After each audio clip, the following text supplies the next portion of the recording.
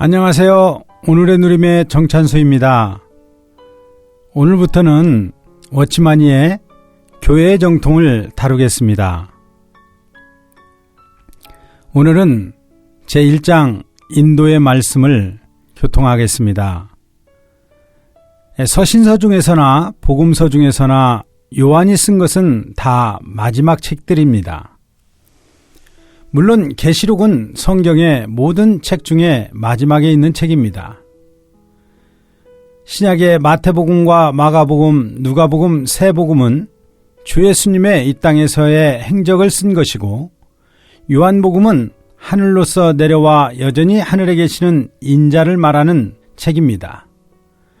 요한의 서신은 영지주의자들이나 하나님의 말씀을 혼란케 하는 자들이 있을 때 쓴 것으로서 사람을 하늘로 이끌고 가서 있는 모든 영원한 사실을 보여주는 것입니다.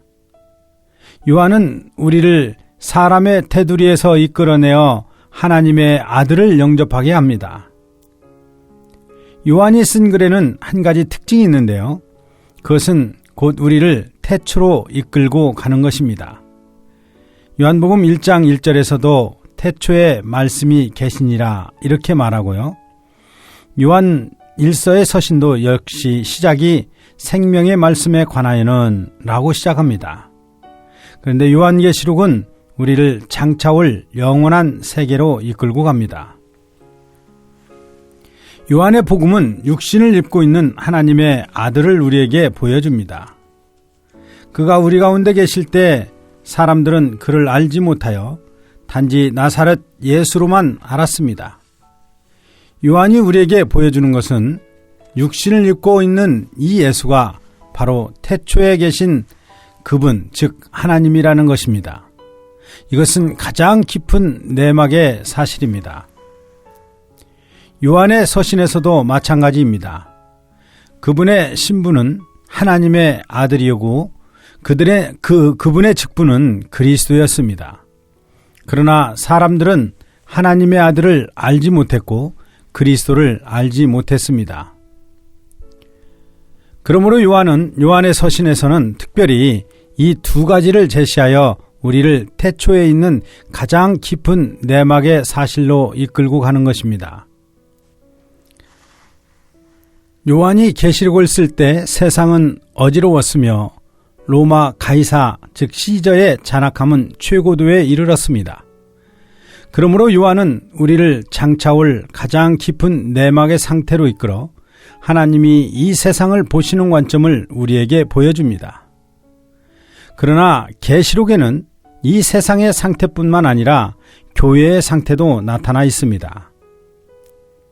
계시록에서는 교회가 외적으로 가장 어지러울 때 주님이 기뻐하시는 것이 무엇인가? 주님이 정죄하시는 것은 무엇인가? 주님이 정하신 교회의 길은 어떠한 것인가를 보여줍니다.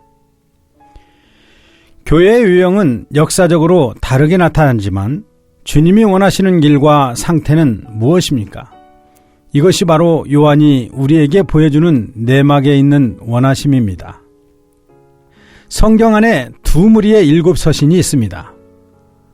첫째 7 서신들은 하나님이 바울을 통해서 쓴 것으로서 로마서와 고린도 전후서, 그리고 갈라디아서, 에베소서, 빌립보서와 골로새서, 그리고 데살로니가 전후서입니다. 하나님은 또한 요한을 통해서 둘째 7 서신을 쓰셨는데요. 첫 7 서신, 즉 바울이 쓴 7 서신은 정상적인 상태의 교회를 말하는 것이고, 두 번째 7 서신은 비정상적인 상태의 교회를 말하는 것입니다. 마태와 마가, 누가의 세 복음은 정상적인 것으로서 사람이 어떻게 하나님을 알 수 있는가에 대한 것이고, 요한의 복음은 사람의 불분명함에 대한 하나님의 반응이므로 진리와 은혜를 많이 언급했습니다. 요한의 서신도 비정상적인 것에 대한 하나님의 반응이므로 빛과 사랑을 많이 언급했습니다. 이제 계시록 2장, 3장은 교회의 비정상적인 상태에 대한 하나님의 다루심입니다. 바울의 첫 번째 7 서신은 교회의 정상적인 행위에 대한 것입니다. 그 후 교회는 정상적이지 않았으므로 요한은 계시록에서 마지막 7서신을 쓴 것입니다. 첫 7서신은 교회가 마땅히 알아야 할 진리를 말한 것이고, 마지막 7서신인 교회에게 쓴 요한의 7서신은 교회가 마땅히 가야 할 길을 말한 것입니다. 오늘 참으로 주님의 길을 가고자 하는 사람이 있다면 그는 반드시 계시록 2장과 3장을 보아야 합니다. 오늘날 교회는 많은 문제가 있으므로 계시록은 우리에게 어떻게 행해야 할 바를 알려줍니다. 만일 계시록에서 그 길을 찾지 않는다면 어떻게 그리스도인의 생활을 살 수 있을지 모릅니다. 교회의 시초부터 지금까지는 한 시대, 즉 교회의 시대이지만 실제에 있어서는 그렇게 간단하지 않습니다. 적어도 정상적인 것과 비정상적인 것은 나뉘어야 합니다. 오늘 교회의 유형은 황폐되어 있습니다. 만일 여러분이 이 사실을 보지 못했다면 계시록을 읽을 필요가 없습니다. 첫 번째 바울이 쓴 7서신은 정상적인 것에 대한 것이었습니다. 그러나 지금의 상황은 정상이 아닙니다. 그러면 어떻게 해야 합니까? 이 땅 위에 혼란은 영적 사실에 영향을 줄 수 없고 하나님의 영적 실제는 항상 한결같은 것입니다. 그러나 교회의 유형적인 모습은 혼란되었습니다. 로마 천주교는 그들이 그리스도의 몸이라고 주장합니다. 1914년에 개신교에서 조사한 아주 작은 종파 위에 대규모로 조직된 교파만도 1,500여 개가 되었는데 이 많은 교파들도 다 각각 그들이 그리스도의 몸이라고 합니다. 요한과 바울과 베드로가 세상을 떠나기 전에도 이러한 일들이 이미 시작되었었습니다. 그렇기 때문에 바울이 디모데에게 편지하기를 아시아에 있는 모든 사람들이 다 자기를 버렸다고 했습니다.